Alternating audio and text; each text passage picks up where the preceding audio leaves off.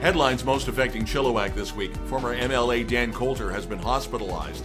The first candidate stepping forward for the school board by-election. Another major residential and commercial project near District 1881. And the Chiefs prepare to fill the rink for the food bank. Alex will have more in sports. Our guests this week include cast members from Bard in the Valley and a little bit of Hamlet on the side. All right, Chilliwack, let's get started. As we go to air, former Chilliwack MLA Dan Coulter and now the incoming provincial director of the BC NDP is in an undisclosed hospital after he had a serious medical emergency. The outgoing provincial director, Heather Stoutenberg, making the announcement this past weekend, quote, "We learned that Dan had a serious medical emergency. He is currently in hospital. We're asking everyone to keep Dan in their thoughts and send him love and support. His family is asking for privacy as many are traveling from afar to be with him." The by-election to replace MLA Heather Maws of the Chilliwack School Board doesn't have a date yet. It is expected to be sometime in March. Katie Bartel has now created a Facebook page and a website to announce her running as a candidate. From the Facebook page, elect Katie Bartel as the elected chair of the Chilliwack District Parent Advisory Council for the past 3 years. Collaboration and communication between parents, students, staff, and district partners is essential. Now, elections were held for positions within the Chilliwack School Board for the balance of the 24-25 year. That was during the regular board meeting of December the 10th. So this on the heels of trustee Heather Maws stepping away to concentrate full-time on her new duties as MLA for Chilliwack North. So David Swanky replaces Willow Reichelt as board chair. Terry Westerby replaces Dr. Karen Bondar as vice chair. With Miss Maws stepping away from the board, there will be a by-election. Now, the city of Chilliwack has allocated $100,000 to cover the cost of this election. A chief electoral officer has to be hired first. By-elections usually have an 80-day lead up to the voting day, so the target looks like March, somewhere in there, to replace Maws. In Chilliwack Court, Alan Boyorski was sentenced to just over 12 years after time served after pleading guilty to drug trafficking and a number of firearms charges. This was after search warrants were issued at two separate residences, one on Garden Drive and the other on Young Road. At the December 3rd meeting of Chilliwack City Council, they approved a series of variances that are needed to move forward with a new mixed-use development downtown project. It's at the corner of Gore, Princess, and Yonge.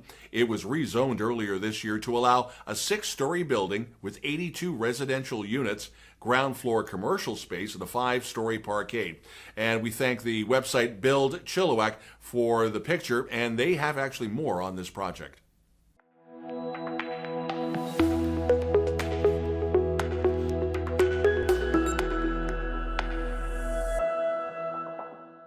Community Future South Fraser announcing the winners of its startup challenge. This was at Co-work Chilliwack. This kind of hits home for Fraser Valley News and its founder, yours truly, because Community Futures and Small Business BC played a vital role in the startup of FEN in 2015. Executive Director Nicole Reed made those announcements. Jennifer Mack of Abbotsford's Abide Studio took home the grand prize, impressing the judges with her innovative approach and entrepreneurial vision. The grand prize package is valued at over $5,000, including essential resources to help grow the business. The People's Choice Award, voted by the audience, was awarded to Abbotsford's Jen Bratton of Sproutkins, and along with the community recognition, the prize package for her is $750. That includes valuable tools and a resource to support the business journey. There have been some major changes recently with Chilliwack Restorative Justice. Former Executive Director Steve Rakuma parted ways back in November. Now the bike shop that was at the old and now demolished Cheamview United Church and then moved to a Main Street location next to RBC, it's going to close by Christmas. The rent and basic business costs are the reason, although there are hopes that they can reboot the bicycle service sometime down the road. Hub Fire Engines announcing a firefighting Freightliner order for the Chilliwack River Valley Fire Department. Hub Fire Engines equipment is Canada's oldest manufacturer based in Abbotsford. Now, there's no timetable for this Freightliner to be activated into service, but Chilliwack River Valley Fire can't wait.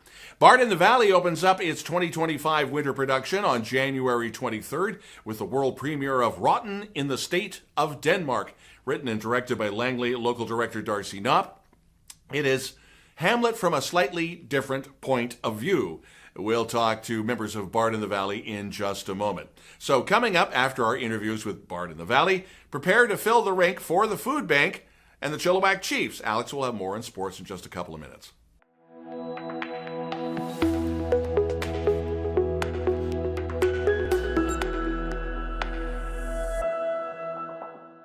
This week continues with a couple of old friends of the theater variety. Bard in the Valley is going to be kicking back into the season just after the new year. Brian Cutler, you may know from the Eriksson Festival, but you are the guru of Bard in the Valley. He's very proud of it. As well as Darcy, Knopp, director. And this is, I love how you guys describe this. I'm going to steal from a Jimmy Buffett line. Hamlet from a different point of view. Yeah, I guess that's a fair look at it. More of a modern take, something a little bit contemporary, so it makes it a little bit more accessible to the audience that we hope to bring in. Okay, Rotten in the State of Denmark, by the way, is the name of the show. What was the genesis from you guys to put this together? Because Hamlet is Hamlet, Shakespeare is Shakespeare. Purists are purists. If they're going to expect Laurence Olivier, you're going to be surprised. Yeah, well, I mean, Bard in the Valley, we're always looking for new shows to do. And, you know, given that this is our winter show, we thought we'd take a chance on something that's sort of what we call Shakespeare adjacent. So it's not necessarily the classic Shakespeare, but it's something, you know, a little bit outside. And a long-time associate of ours, Darcy, he's been an actor and a director. He had this show, and he put the proposal forward, and we read it, and we loved it. So here we are. Is this in quote-unquote traditional Shakespearean dialogue, or is this more modern? Or yeah, it's a complete overhaul of the language. It's modern English. It's very contemporary. In putting it together, we couldn't really hope to recreate the bard's poetry, but we thought we'd work on some of the dialogue and some of the character development. Change a few things up and come up with sort of a new take on a really classic and famous story. Arguably Hamlet is the most famous play in all of the English language. But I suppose that there was an arrogant writer who thought maybe they could do something a little better with it. Well, speaking of this, without giving too much away, is it a complete walk away from Shakespeare, or is there enough there that the purist is... Because the purist is going to sit there and go,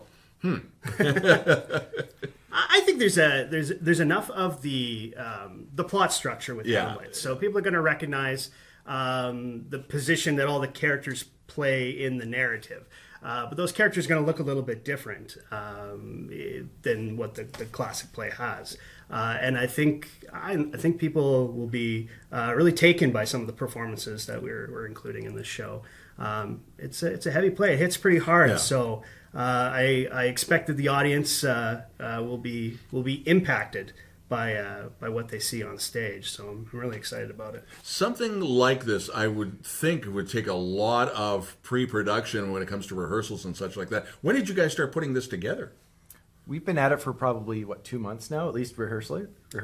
Yeah, I mean, we got started right at the beginning of October. Auditions were a couple of weeks before that. But some of the preparation that goes in even before we get actors into the game, the turning over of ideas and stuff, that happens well in advance, and proposals go together. And if you're pitching the show, a lot of times the company wants to know exactly what do you plan on doing with costumes. What's your set going to look like? Well, yeah, you mentioned costumes and set. Are we going to get the traditional, or is this a take? Or I think you're going to see something that might look very contemporary. Something that if you were to turn on, there was a TV show called The Royals not too long ago, and it starred Elizabeth Hurley.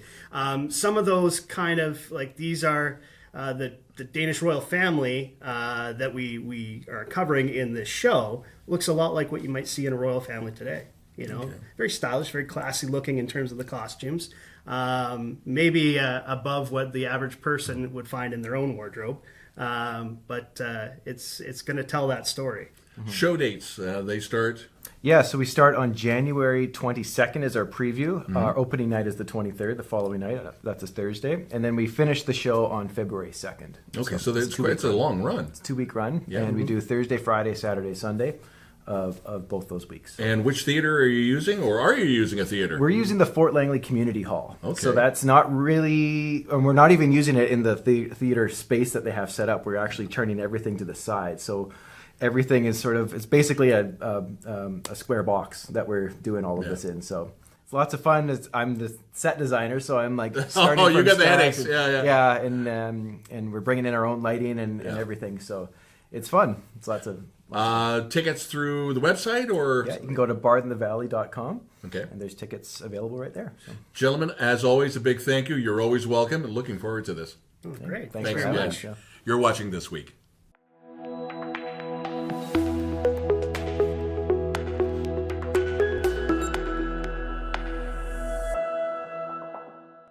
Hey Chilliwack, let's talk some sports.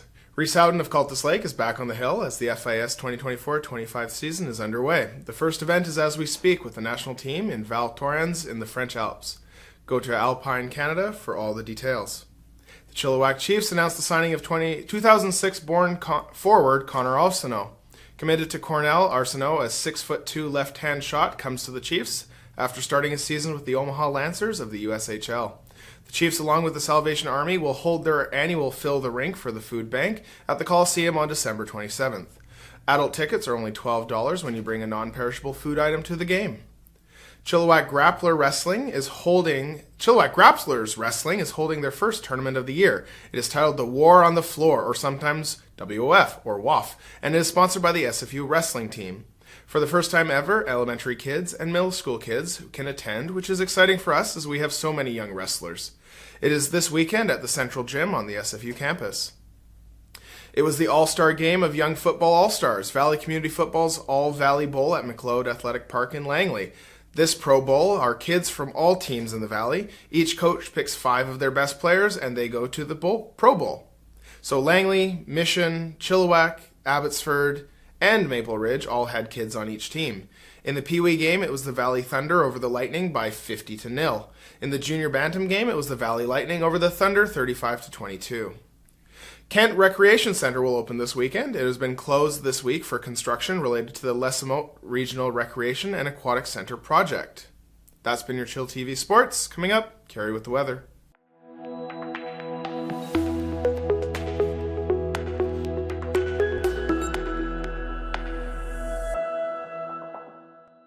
Chill TV weekend weather. So, Cari, are we looking at the first flurry of the season? Our weather for this weekend, there's a 20% chance that it's not going to rain, which means, yes, it's going to be cold and wet again. But Monday's looking pretty good with just cloudy with some sunny periods throughout the rest of the week. Temperatures, though, are going to hover around 5 or 6 degrees with getting down to around 0-2 at night. So it's going to be chilly. It's starting to be winter. Here's a fun fact. December 12th is actually Poinsettia Day, or Poinsettia Day, depending on how you want to say it. I love me a funky colored poinsettia, but if you want to buy me a white or red one, I will accept. Back to you, Don. Have a great week, everyone. Thanks, Cari, and thank you for watching. If you have a local news story you'd like us to report on, you can always send us a note to news@chilltv.ca. Thanks for watching. Have yourself a great weekend. I'm Don.